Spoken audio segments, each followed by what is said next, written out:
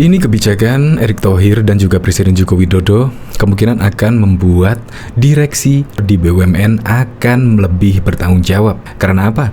Karena Erick Thohir dan juga Presiden Joko Widodo kompak, yaitu kompak menaikkan undang-undang baru, yaitu komisaris dan direksi wajib bertanggung jawab jika BUMN merugi, dan bahkan kementerian bisa langsung memecat dan juga bisa menggugat direksi dan juga komisaris di BUMN yang melakukan kelalaian dan menyebabkan BUMN merugi. Ini sungguh kebijakan yang sangat keren menurut saya. Kok nggak dari dulu-dulu? Nah, saya ingat betul saat Erick Thohir menjabat sebagai Menteri BUMN. Saat itu kalau nggak salah ada Garuda yang membawa Harley Davidson dan juga sepeda Brompton. Usut punya usut, ternyata ada direksi PT Garuda saat itu, dan Erick Thohir pun langsung memecat.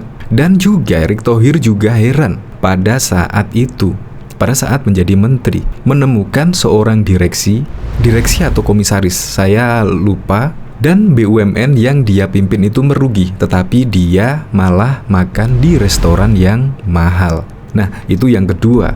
Bahkan penemuan-penemuan Erick Thohir sangat banyak sekali, sehingga Erick Thohir memberanikan diri untuk membuat undang-undang tersebut, yaitu jika BUMN rugi akibat kelalaian, maka direksi dan juga komisaris bisa digugat dan bahkan juga dipecat. Ini merupakan gebrakan yang sangat luar biasa dari Kementerian BUMN dan juga Presiden Joko Widodo. Karena jika pemimpin-pemimpin kompak, maka BUMN yang dulu selalu merugi kemungkinan sekarang bisa menjadi fondasi ekonomi bagi negara. Pantas saja lah, Erick Thohir juga banyak pendukungnya. Bahkan juga ingin Erick Thohir maju di pencapresan 2024. Ya, kemungkinan karena keberanian inilah Erick Thohir banyak pendukungnya. Untuk lebih lengkapnya, simak berita berikut ini, Good News Indonesia.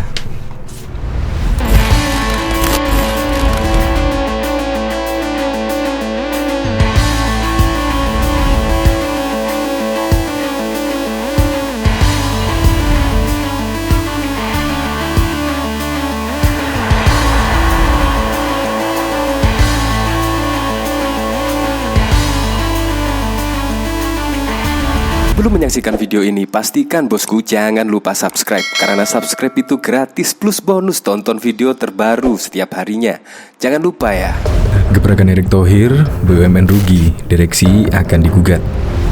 Pemerintah menerbitkan Peraturan Pemerintah PP Nomor 23 tentang perubahan atas Peraturan Pemerintah Nomor 45 Tahun 2005 tentang pendirian, pengurusan, pengawasan, dan pembubaran badan usaha milik negara.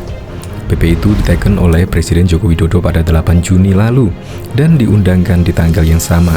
Beliat itu mengatur sejumlah hal penting dalam tata kelola BUMN. Salah satunya adalah direksi dan komisaris BUMN harus bertanggung jawab jika perusahaan plat merah itu berkinerja buruk dan jika BUMN rugi. Hal itu tercantum pada pasal 27 ayat 1, yaitu setiap anggota direksi wajib dengan itikat baik dan penuh tanggung jawab menjalankan tugas untuk kepentingan dan usaha BUMN. Kemudian di pasal 27 ayat 2 disebutkan, setiap anggota direksi bertanggung jawab penuh secara pribadi atas kerugian BUMN apabila yang bersangkutan bersalah atau lalai menjalankan tugasnya sesuai dengan ketentuan sebagaimana dimaksud pada ayat 1. Selanjutnya pada pasal 27 ayat 2A disebutkan setiap direksi tidak dapat dipertanggungjawabkan atas kerugian sebagaimana yang dimaksud apabila dapat membuktikan kerugian tersebut bukan karena kesalahan atau kelalaiannya. B. Bukan melakukan pengurusan dengan itikat baik dan kehati-hatian untuk kepentingan dan sesuai dengan maksud dan tujuan BUMN. Tidak mempunyai benturan kepentingan baik langsung maupun tidak langsung atas tindakan kepengurusan yang mengakibatkan kerugian. Dan D. Tidak mengambil tindakan untuk mencegah timbul atau berlanjutnya kerugian tersebut. Lalu di pasal 27 ayat 3 dinyatakan menteri dapat mengajukan gugatan ke pengadilan terhadap direksi yang karena kesalahan dan kelalaiannya menimbulkan kerugian perum. Adapun terkait aturan tanggung jawab komisaris BUMN tercantum dalam pasal 59 ayat 2. Komisaris dan Dewan Pengawas bertanggung jawab penuh secara pribadi atas kerugian BUMN apabila yang bersangkutan bersalah atau lalai menjalankan tugas. Anggota komisaris tidak dapat mempertanggungjawabkan kerugian seperti di pasal 59 ayat 2 apabila A. telah melakukan pengawasan dengan etikat baik dan kehati-hatian untuk kepentingan perseroan dan perum dan sesuai dengan maksud tujuan perseroan perum. B. Tidak mempunyai kepentingan pribadi baik langsung maupun tidak langsung atas tindakan pengurusan direksi yang mengakibatkan kerugian. Telah memberikan nasihat kepada direksi untuk mencegah timbul dan berlanjutnya tindakan tersebut. Kewenangan Menteri BUMN memecat direksi perusahaan plat merah tercantum pada pasal 23 ayat 1, yakni dengan alasan demi kepentingan dan tujuan perusahaan plat merah tersebut. Seperti yang tertulis dalam pasal 23 ayat 1, anggota direksi sewaktu-waktu dapat diberhentikan berdasarkan keputusan RUPS untuk Persero dan Menteri untuk Perum dan menyebutkan alasannya. Kemudian, pada pasal 23 ayat 2 disebutkan, pemberhentian direksi sebagaimana dimaksud pada ayat 1 dilakukan berdasarkan kenyataan anggota direksi yang bersangkutan. A. Tidak dapat memenuhi kewajibannya yang telah disepakati dalam kontrak manajemen. B. Tidak dapat melaksanakan tugas dengan baik. C. Tidak melaksanakan ketentuan peraturan perundang-undangan atau ketentuan anggaran dasar. Terlibat dalam tindakan yang merugikan BUMN, melakukan tindakan yang melanggar etika, dinyatakan bersalah dengan putusan pengadilan yang mempunyai kekuatan hukum tetap. G. Mengundurkan diri. Bahkan juga diketahui Erick Thohir menyaksikan langsung deklarasi dukungan dari sejumlah relawan dan komunitas di Lampung yang mendukung dirinya agar maju dalam Pilpres 2024. Pada kesempatan itu, Erick Thohir saat ini juga diberi kepercayaan oleh Presiden Joko Widodo untuk menjabat sebagai Menteri BUMN.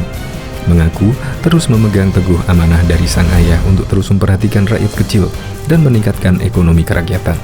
Sejak menjabat sebagai Menteri BUMN, Erick telah melaksanakan program-program yang menyasar langsung untuk membantu rakyat, seperti pasar digital, UMKM yang fokus menyerap kebutuhan barang dan jasa untuk BUMN dari UMKM lokal, dan Mekar yang fokus membantu ibu-ibu atau pengusaha UMKM perempuan dalam berusaha dan membantu perekonomian keluarga.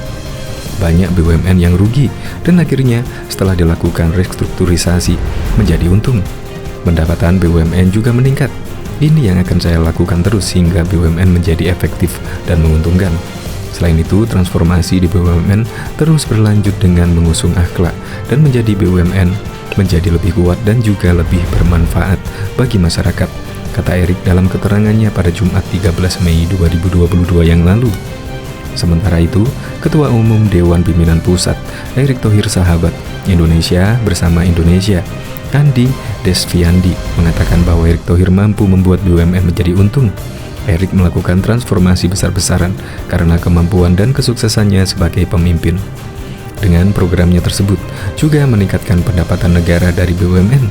Selama ini juga, beliau merupakan pengusaha sukses nasional yang menjadi salah satu menteri dari non-parpol dan juga merupakan salah satu menteri terbaik penilaian lembaga-lembaga survei, ujar Andi. Andi juga mengatakan siap memenangkan Erick Thohir dalam pemilu Pilpres 2024 karena sejauh ini hanya Erick yang dinilai mumpuni menjadi penerus Jokowi di 2024. Etos Indonesia Bersama relawan dan simpatisan siap mendukung dan memenangkan Erick Thohir dalam Pilpres 2024 mendatang, ujarnya.